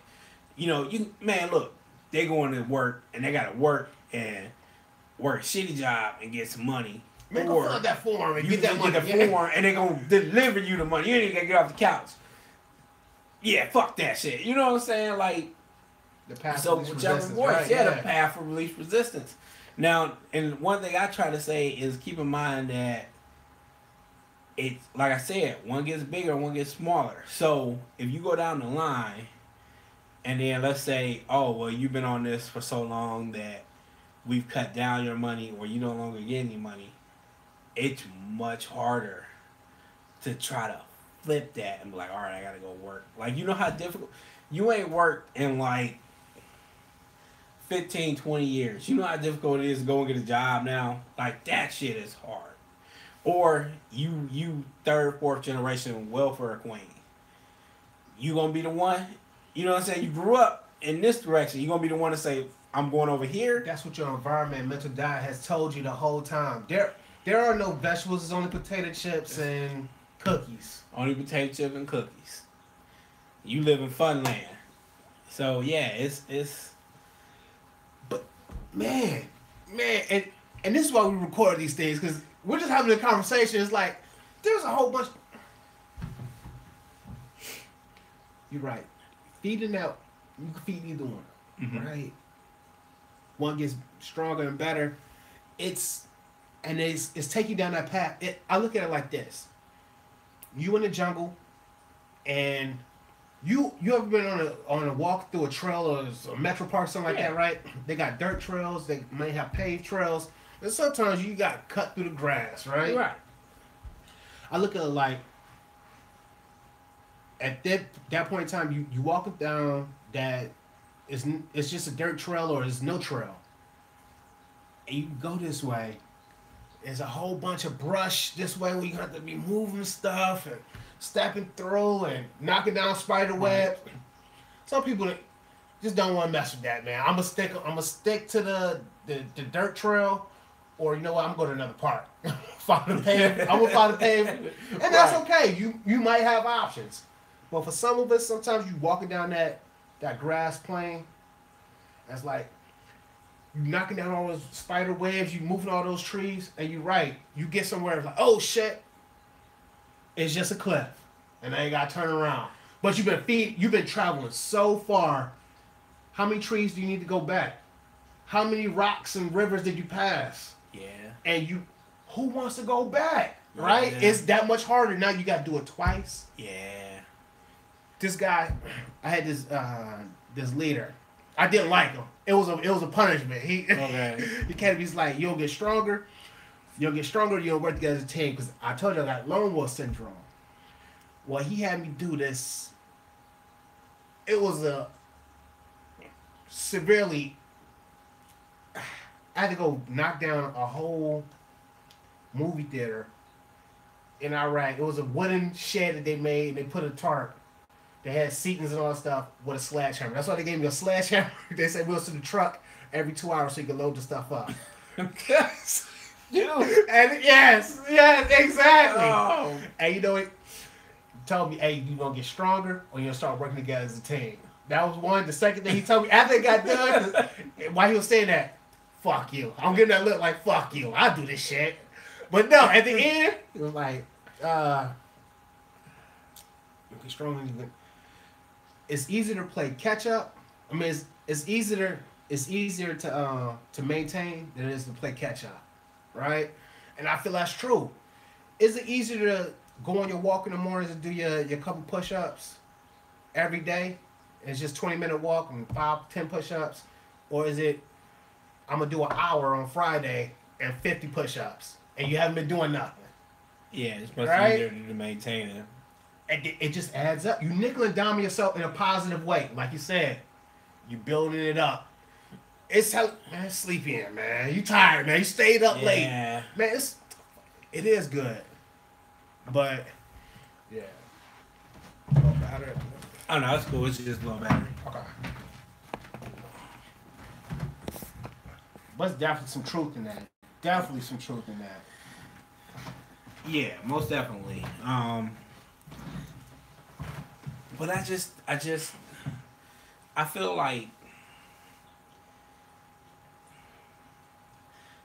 like we live in a very, all right, I'm going to try to quote Patrice O'Neal on this. I don't like living in a world where whatever a man is bad. And whatever a woman is, no matter what, is good. And I just feel like we as men need to get back to like making sure we're together. I don't mean together like as a group, but I mean making sure we're building ourselves to be strong individuals and making sure that our shit is correct, for lack of a better term. You know, we need to start making sure that we trying to get ourselves together as far as where we want to go in life, as far as our finances, as far as our responsibilities. You know, I think certain things like responsibility, I think is just a natural thing to a man. But I think that there's just not really reinforced. You're not really seeing that. I can't think of any programming that kind of provides that for a guy. You know, if you wanted to like empower yourself as a woman, I guess you can go to like Oprah and stuff like that. But as a guy, there's not really anything like that, you know. Well, Boogie, I think, and this is why I disagree, because I think that's across the board. I mean, there's a sense of responsibility for women too. I mean, who usually stays, the mother or the guy? That's true. And when you say there's no programming, I think once again, that atmosphere, that mental diet, right? 3 generations has just been a single mother, right? That might perpetuate something. But gentlemen like us, I'm not going nowhere. Like I'm here to stay. Like I'm gonna try to shape that footprint. Right. It's my responsibility to help them grow to be responsible adults, right? Right. Members of society is gonna contribute. I got a daughter and I got a son. And I ain't gonna lie to you. I'm harder on my daughter than most people would be on their daughter, but it's because I don't want she's not gonna, if she has to stay there to 25, 20, sure. Right. But I want her to her own mind, not because I'm on her back, because that's just as bad as a mate. Like, come on, you don't got $10, right? Hey, hurry up, move out the house. Hurry up, move out the house. Right. I want her to be thinking that on her own, right? And Right. so that's another way that I'm gonna have to address that conversation. But it's gonna be the same with my son too. If he has to stay there at 25, he can. Hey, you still gonna be doing damn dishes and gonna start bringing stuff into the house. But you get what I'm going at. Yeah, but see, that's what I'm saying though. Like you said, the woman's staying, but the men are leaving. That's what I'm saying. Like, we have to start getting our shit together. Because I think the role as the guy, and I don't know if it's just from lack of role models or lack of presentation for us to look at, but we are not doing the things that I feel we're supposed to do. Great. And I just feel like we gotta get our game up. Because, alright, yeah, like you said, alright, it's a lot of single moms and stuff like that. It's much easier to do something with two people than it is to one.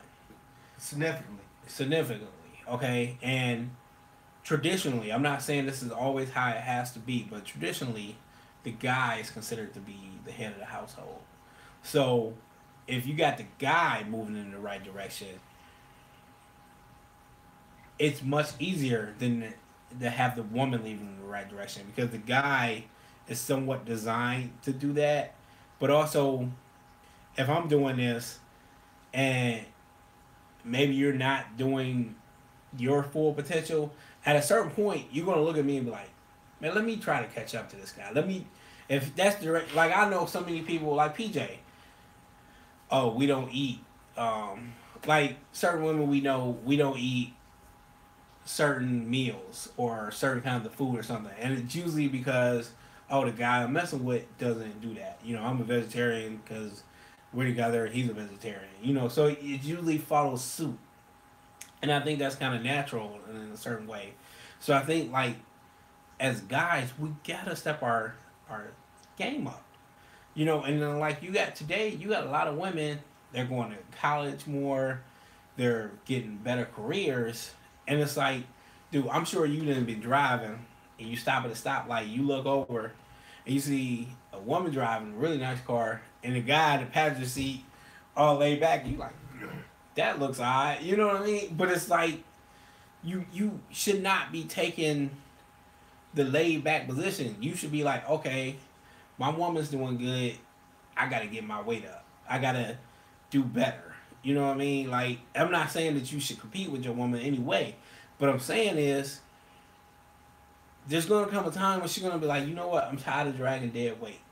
Yeah. And most people gonna come to a realization. Yeah, right? I just think the crabs. It's a natural thing as a guy. I just think I'm not saying you gotta be a millionaire. I'm not saying you gotta be like super guy or whatever. But I am saying whatever your internal part of you that says, hey, this is what a man is, you need to be striving to make yourself back. Whatever that is. Because it's different for everybody. Right. But whatever that is important. Right? Whatever you think is important. Whatever values you think is important. Whatever, like, I'm sorry, if you're having a kid and then you leave and just leave the girl with I don't understand how you do that. Some people. Like, that's my values. I honestly don't think that's catering to their values either, but I don't know what their reasoning is why they do that either. But I don't think anybody's just like, oh, it's just whatever, just a kid. Like, it's still a part of you. So, I don't know. Just my thoughts on it. I just think we as men need to evolve. I'm not saying that, like, it's anything against women or anything like that. Women just seem to be doing great, and that's great for them. I'm just saying well, not all women, but I'm saying in general, women seem to be okay. Like, all right, even if you don't go to your own career and do this and do that, you still can be like, hey, I'm, decently looking, I find a guy, he's doing all right, and I'm going to be all right. I don't know if you're a guy, if you want to do that. You want to be a guy and be like, man, all right, I'm going to find me a decent chick with a good job, and then I'll just live off her.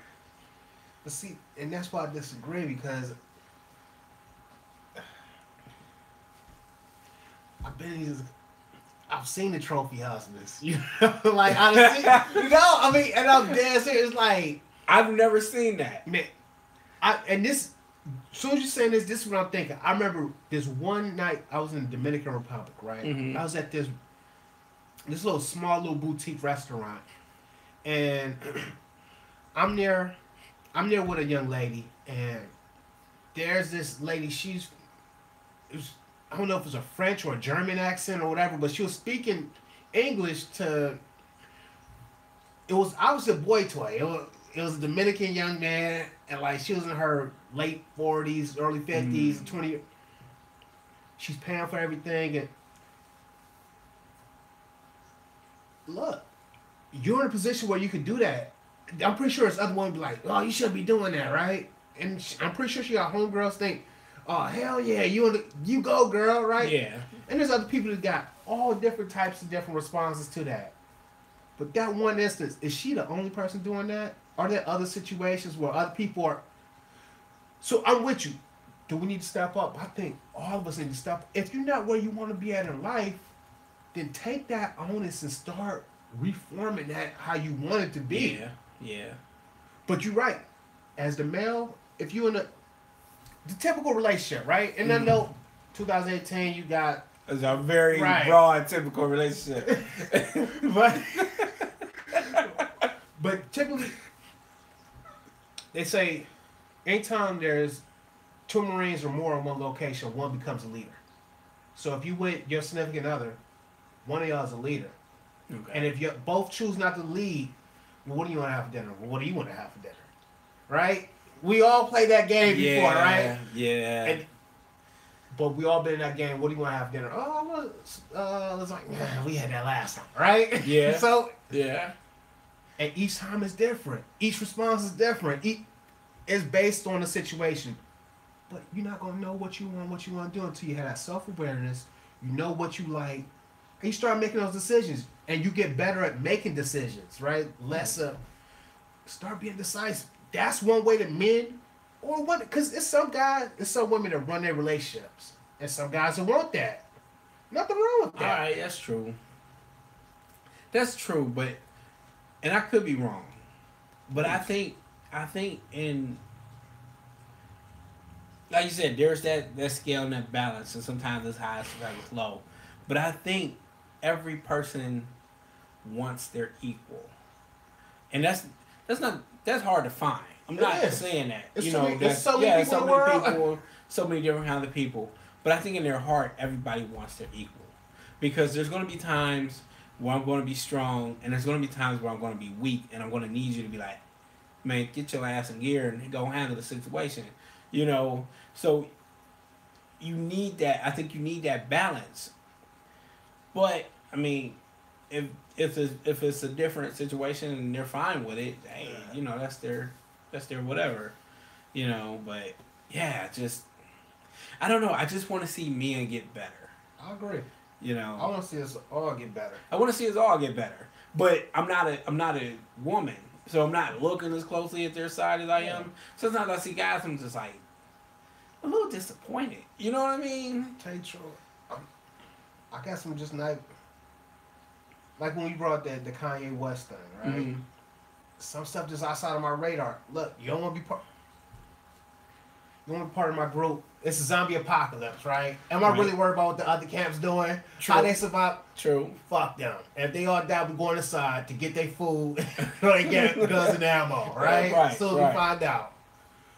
But do I want them to get overran? No, because I don't want more zombies running around here. You know, Yeah. so I want them to win, but do I want them to win as bad as I want to win? Honestly, no. Yeah. No. Yeah. I understand. I definitely understand you on that. I didn't think we'd be talking about zombies on this podcast. But let's close it out. All right. So let's close it out. All right. You know, Mother's Day is tomorrow.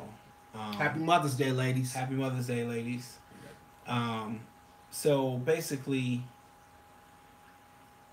what is the effect that you feel your mother and father has had on you? You know, you can break that down. You can talk about it together, however you want to approach it. You know. To be honest with you, I grew up not so much of a traditional household, single mother, and my situation is a little bit different. I was a miscreant as a youth. I was expelled from public school and all this other stuff, and my mother had two daughters underneath me. Mm-hmm. And as a woman, she knew how to raise young ladies. She didn't know how to raise this badass little boy. I mean, he's getting kicked out of school, put in juvenile hall and all this other stuff. If that happened, I wouldn't know what to do with his ass either. But you want to try to rein it in, right? Right. So her response was that I spent a lot of time with my granddad, and I'm so proud. It kind of stained our relationship a little bit because I was looking at like, why you always sending me away with this other guy? And I love my granddad, but I developed that love for him, where most people have for their mother, their father, right? Right. And so, what kind of impact or shape did they have? Truthfully, we talked about this last time. My mother, for the early part of my life, she had one of those, I'm not going to be like that. All right, that's what I don't want to do. I want to be around my kids. I want to provide that. And it's been changing as I've been growing and expanding my knowledge and all that other stuff. But do they have an impact on me? Of course. I believe that my mother was a strong reason why I think the way I think. You know, like, she's not dumb by any. She was a hustler for years. You know, it's like, man, why do things click and come so? That's one of the blessings. The way she would finesse and word things at that time, it was pretty advanced. It was like, It gave me a better study and a better grasp than the rest of the kids at school would have, you know, because they were playing Connect Four with their mother and father, you know, as opposed to just that observation. And then with my granddad, it just taught me a bunch of different things, you know, like that one idea of always find somebody to know more than you and somebody that doesn't know as much as you. That way you constantly learning stuff, and the people that don't know as much as you going back, you testing your own knowledge, right? So you constantly growing. Mm-hmm.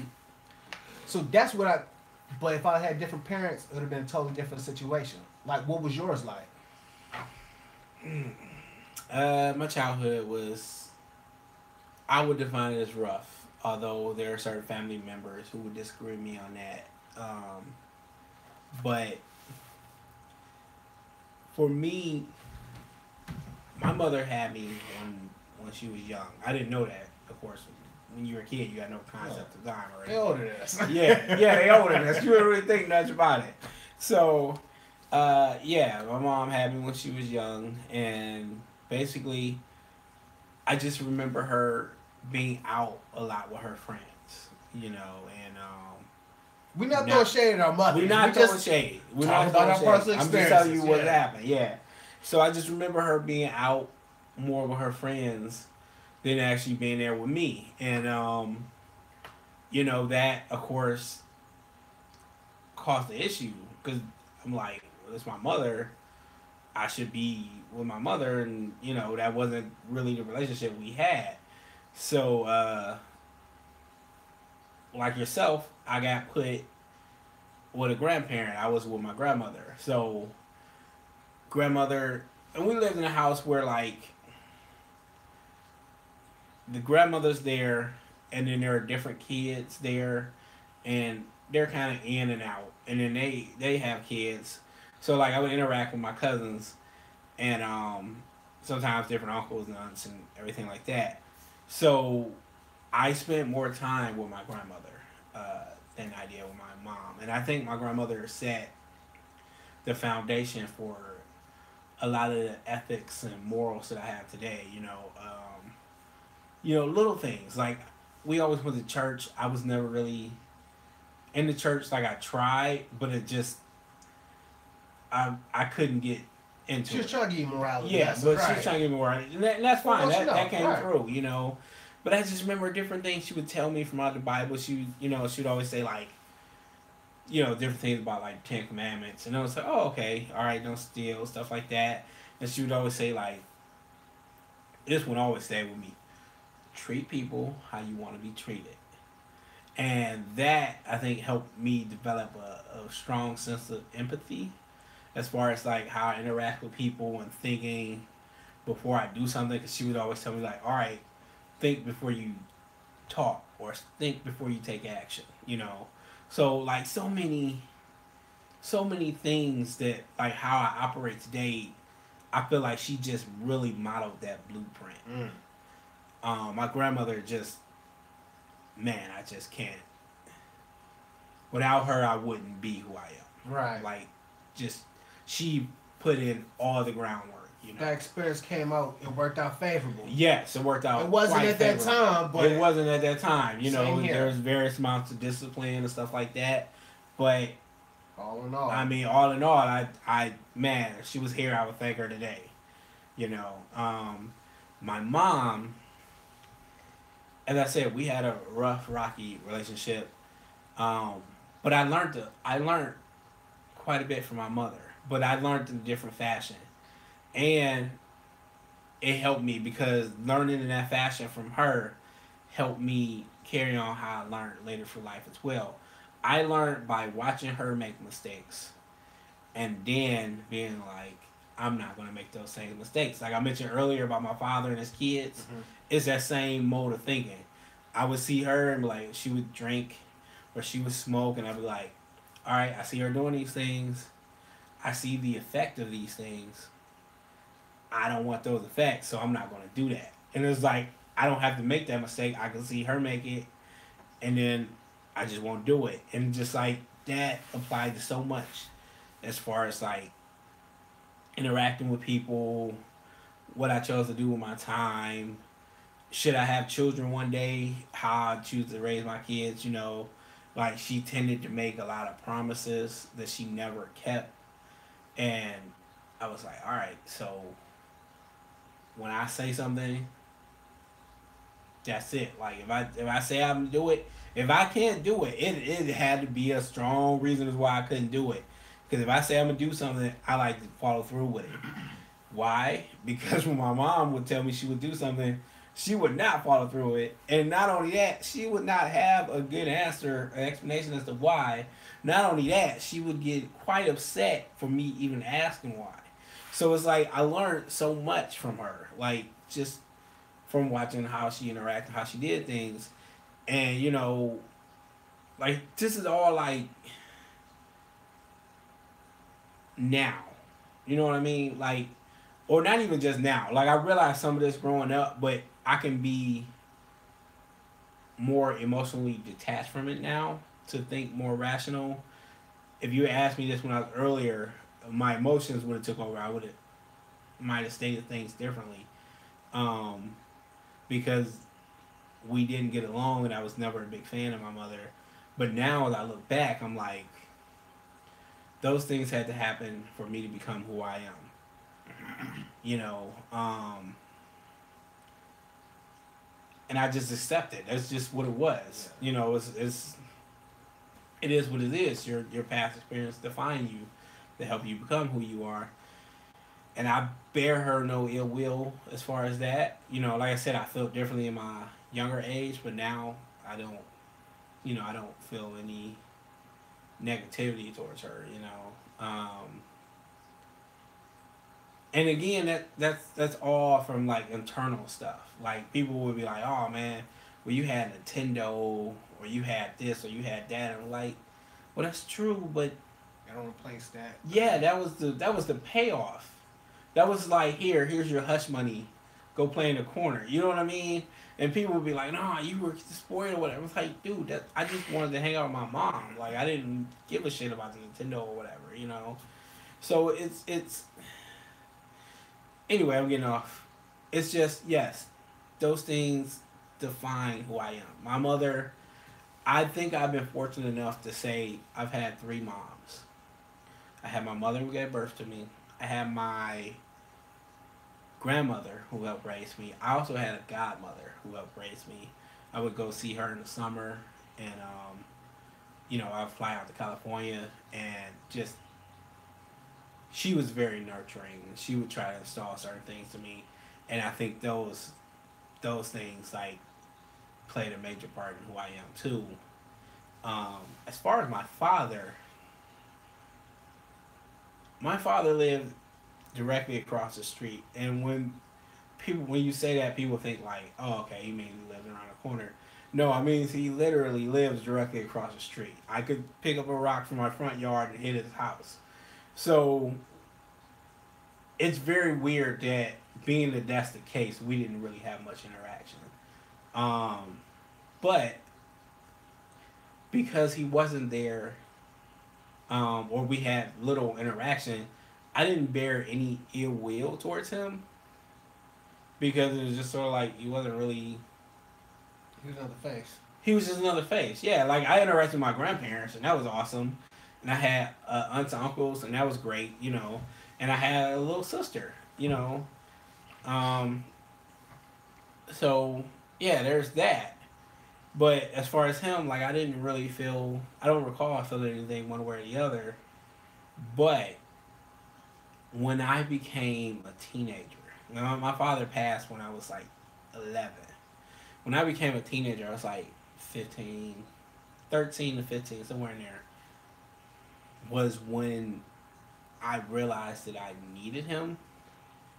And I was a little upset for him not being there. And, I mean, the guy died. Like, I guess, you know, you're irrational because you're a teenager. But, I mean, the guy died. But I was still very upset about it, you know. Like, okay, you died, and we didn't have much earlier interaction. But I don't know. That's another thing. It just kind of is what it is. I don't really. From him, I learned, hey, I want to get married. I want to have all my children, my wife. I don't want to have different baby mamas. Like, you know, I learned that lesson from him. You know, and I learned just try to be responsible when you're dealing with people, you know. So, all in all, my parents, I've learned quite a bit from them, you know. But yeah, I don't feel any ill will towards them. It's good. It just kind of is what it is. At this point, like I've grown that sense of maturity, but like I said, that was definitely not always the case. It's a great way for us to say Happy Mother's Day again. I really like, dude. That's a messed up way on Mother's Day to put that out there. But we told you. Yeah. And if you don't remember, now you know, so you can tell your significant other, right? Because I didn't remember until you said something last week. Oh yeah, I know it's in May, but next weekend? I don't really even pay attention to that kind of stuff right. either. There's always somebody mentions it to me, you know. But yeah. All right, everybody. I guess that'll wrap this up. Episode 2, right? That'll conclude episode 2. You know, hopefully there's more to come. We appreciate you guys. Hope you're enjoying it. And thanks for joining us.